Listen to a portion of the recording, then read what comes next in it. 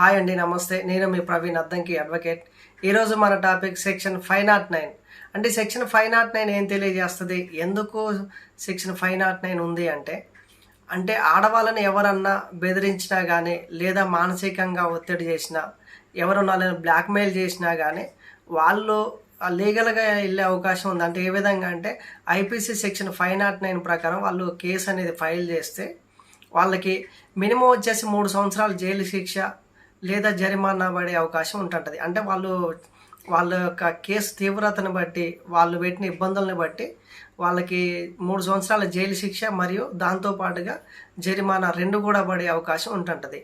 అంటే సమాజంలో లేడీస్ కొన్ని ప్రాబ్లమ్స్ ఫేస్ చేస్తుంటారు. అంటే ఏ విధంగా అంటే వాళ్ళని కొద్దిమందిని బజార్లలో టార్చర్ చేయటం, కాలేజీలలో ఇబ్బంది పెట్టడం, లేకుంటే ఎక్కడన్నా సింగిల్గా లేడీస్ వెళ్తుంటే వాళ్ళని బ్లాక్మెయిల్ చేయటం, ఇలాంటివి చేస్తూ ఉంటారు. అలా చేసినప్పుడు ఎవరు కూడా భయపడాల్సిన అవసరం లేదు, దానికి ఇబ్బందులు పడి ఆత్మహత్యలు చేసుకోవాల్సిన అవసరం లేదు. ఏదైనా ఉంటే ధైర్యంగా వాళ్ళకి పోలీస్ కంప్లైంట్ ఇచ్చి, మనకి ఏదన్నా సరే సెక్షన్స్ ఉంటాయి, ఆ సెక్షన్ ప్రకారం అకార్డింగ్ టు సెక్షన్ 509 ప్రకారం వాళ్ళు లీగల్గా ప్రొసీడ్ అవుతే వాళ్ళకి ఒక ప్రొటెక్షన్ అనేది ఉంటుంది.